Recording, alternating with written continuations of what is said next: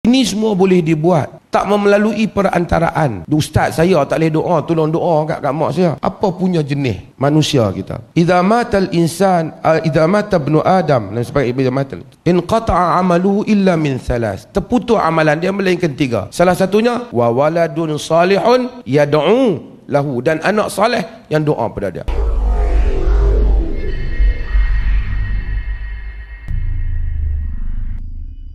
Kita sayang kepada mak ayah kita yang telah pergi meninggal dunia dan sebagainya. Namun di sana kadang-kala ada tersebar iklan-iklan yang berbentuk kiriman amalan. Siapa nak kirim, kami buat amalan, kemudian ada bayaran tertentu. Kadang-kala terpengaruh jugalah masyarakat kita ni, sampai amalan tersebut dibuat di Mekah dan sebagainya. Jadi seolah dibentuk package, diiklankan dengan bayaran tertentu sebagai kiriman pahala kepada arwah. Jadi mungkin ada pencerahan sebaiknya daripada saya bersamah. Terima kasih. Tuan-tuan, orang agama ni dia larang kita jual beli agama. Liyashtaruna bihi thamanan qalila. Allah marah ke ahlul kitab kerana dia menjual agama dengan harga yang murah. Dia fikir nak buat duit saja dalam semua benda, termasuk kadang-kadang termasuk sehingga benda-benda pahala pun seolah-olah dia boleh jual pahala dia bagi ke orang beli pahala dia. Dia semayang banyak-banyak, ni aku semayang sunat 2 rakaat tak dan semayang kan, bayar kat aku RM20 ataupun RM100, semayang tadi ambil kat hang. Macam tu dia nak buat. Manusia dia ikhtiar. Tu Nabi bagi tahu dalam hadis yang diriwayatkan oleh Abu Daud, iqra'ul Quran wasalullaha qabla an ya'tiya zamanun an-nasu yaqra'una al-Quran wa yas'aluna qaumun yaqra'una al-Quran wa yas'aluna an-nas. Dalam hadis yang diriwayatkan oleh Abu Daud atau kama qala. Allah, Nabi kata, baca Quran minta kepada Allah Taala. Sebelum datang satu zaman orang baca Quran minta kat manusia.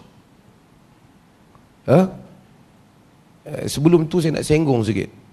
Kadang-kadang orang tipu ni, kalau orang tu tipu jual nasi kandang ke, tipu jual barang ke, salah juga, berdosa juga. Tapi tak lebih teruk orang tipu guna nama agama. Saya tengok orang, contoh sebelum saya nak jawab soalan ni, di Mekah ada orang, saya tengok depan mata saya, satu orang ustaz lah, dia pergi ambil Quran, dia pergi kedai Quran, dia ambil Quran, tepi kedai Quran tu dia pegang Quran, dia tulis Quran wakaf di kedai Quran. Duit orang bagi kat dia beribu, kononnya suruh dia wakil beri Quran untuk bubuh wakaf di Masjidil Haram. Tuan-tuan tahu Masjidil Haram ni, Arab Saudi ni cetak Quran. Setakat nak bubuh Quran tu Arab Saudi, dia tak ada Quran dari orang lagi dia bagi. Ni dia kata wakaf Quran untuk Masjidil Haram.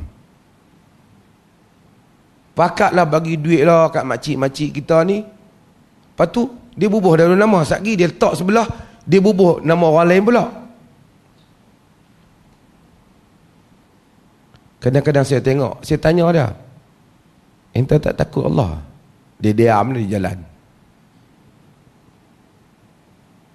Orang wakaf kat dia, dia tak beli pun Quran tu, dia pergi kedai Quran tu.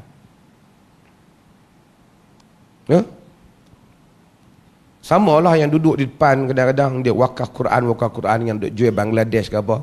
Orang Melayu ni dia tak tahu. Dia pergi negeri Mekah, dia tengok Bangladesh ke Pakistan, semua dia kata Arab.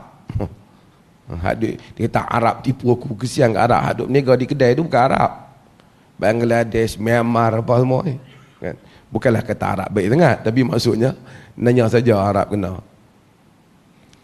Upah haji pun macam tu juga. Upah haji, satu orang tu ambil sampai berpuluh orang bayar upah haji. Siapa nak buat upah haji bayar seorang 7,500. Dia seorang pergi buat haji untuk 10 orang, 70,000, 100,000 dapat. Dia peganglah yang tu, selesai menunaikan haji, nama orang ni hantar gambar orang tu WhatsApp. Lepas tu dia ambil kat dia juga, ambil nama orang lain pula. Boleh ganti, tolong haji untuk orang jika kita ikhlas. Boleh juga bagi nafkah untuk perbelanjaan, kerana haji perlukan perbelanjaan. Hajja an nafsik summa an syubramah, kata Nabi. Haji untuk diri kamu dan kemudian untuk syubramah, bapak dia. Kan? Nabi bagi. Tapi tipu. Tu tak kira lagi yang buat korban. Satu ekor lembu 30-40 orang korban. Semua bubuh nama atas tu. Manusia tipu. Dan mereka jawab di hadapan Allah Azza wa Jalla. Agama dah jadi satu jual beli, penipuan. Pasal dia tahu ramai orang minat agama. Sebab itu kita disuruh untuk beramal dengan agama. Apabila ibu bapa kita meninggal, apa benda yang patut kita buat? Kita kena doa. Kita ni bukan berurusan dengan satu toki syarikat yang kita tak apa kenal tak? Ibu bapa kita ke siapa, abang kita, adik kita, adik-beradik, kawan yang kita sayang, apabila dia meninggal, dia pergi ke mana? Ke alam barzakh. Sementara nak menunggu untuk bertemu dengan Allah Ta'ala dan dihisab oleh Allah, kita juga akan lalu hal yang sama. Di alam itu, Allah lah yang menentukan kebahagiaan dia. Tak ada wali manakah, toke manakah yang boleh duk pi, duk urus, duk jumpa hang lah apa abang. Tak. Yang boleh meringankan azabnya ataupun boleh menjadikan kuburnya raudatun min riyadil jannah, taman daripada taman-taman syurga, hanyalah Allah Azza wa Jalla. Maka minta pada Allah, doa dulu. Quran ajak doa. Doa yang paling utama sebelum yang lain, doa. Walladzina ja'u min ba'dihim yaqulu rabbana ighfir lana wa li ikhwanina alladhina sabaquna bil iman. Orang-orang yang datang selepas mereka berdoa, wahai Tuhan ampunkan kami dan orang-orang yang mendahului kami dalam iman. Doa. Saya, pengalaman diri saya lah, bukan untuk contoh.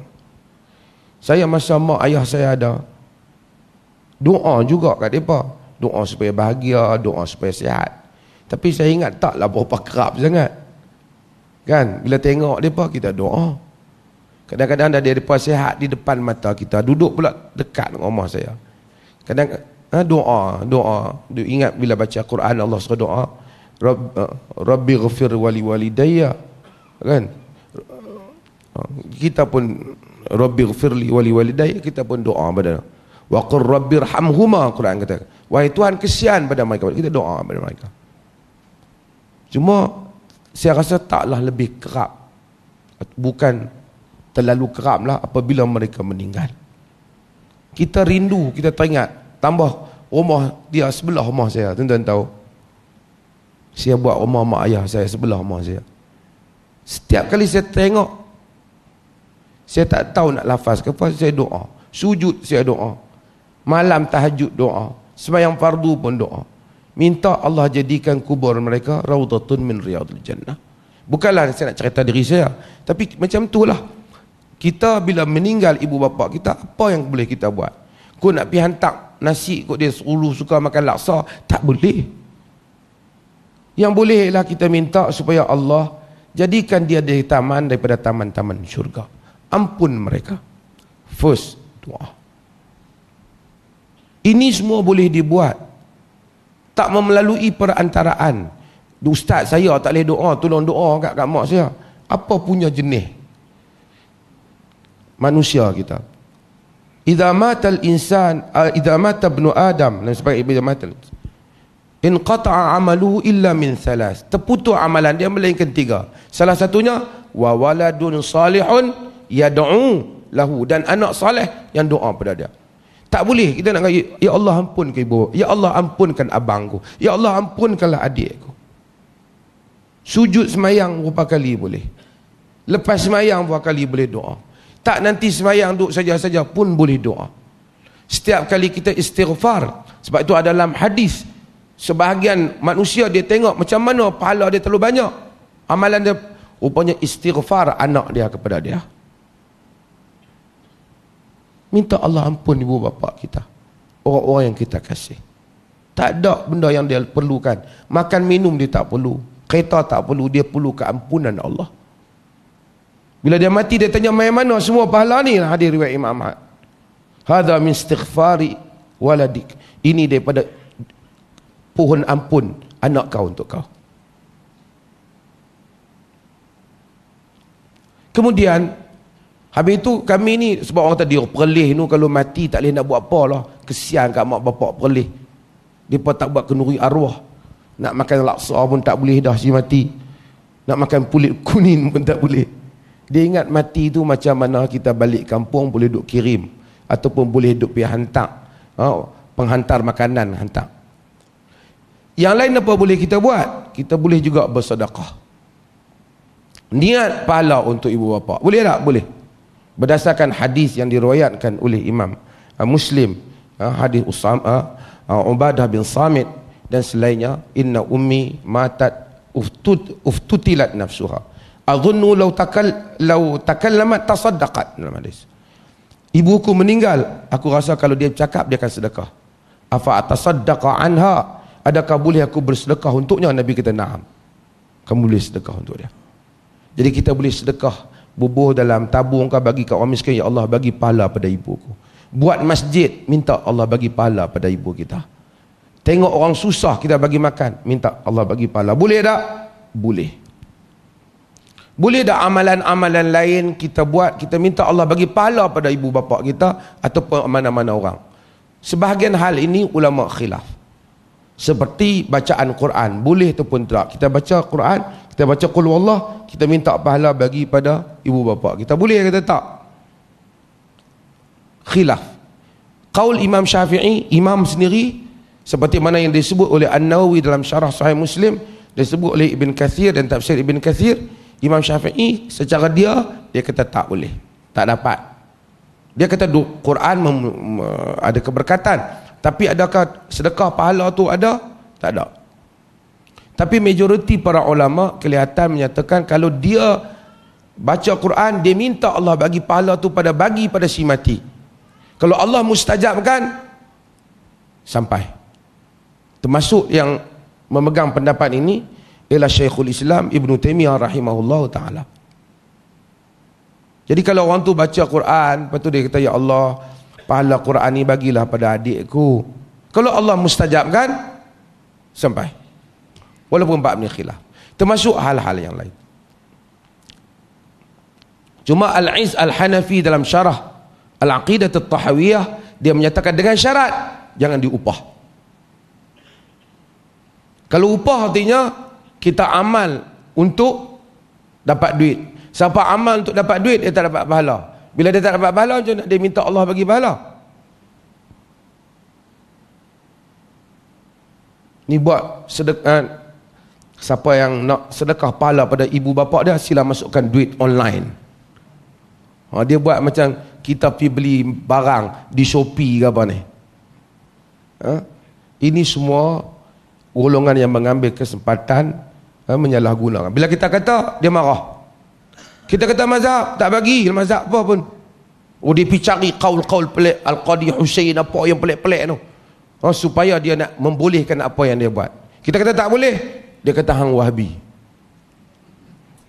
Padahal qaul jelas imam-imam mazhab yang terdahulu yang menyebut hal ini.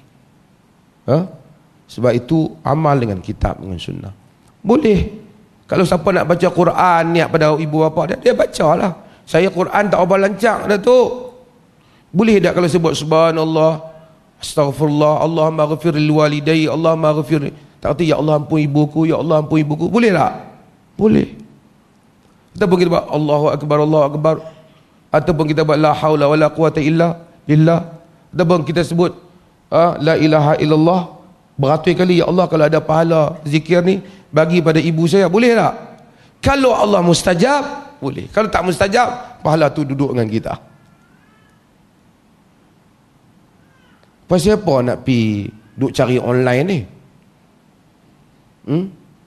Bagi orang tipu. Benda tu saya kata khilaf. Habis tu kalau nak sedekah, kau suruh sedekah kat dia lah. Ambil RM100 dah kita ada, bagi ke orang miskin. Ya Allah, berikanlah pahala sedekah ni pada ibu bapa aku ataupun abang aku, pada kawan aku. Boleh tak? Boleh. Hal itu disebut dengan sepakat para ulama mengenainya. Wallahu ta'ala.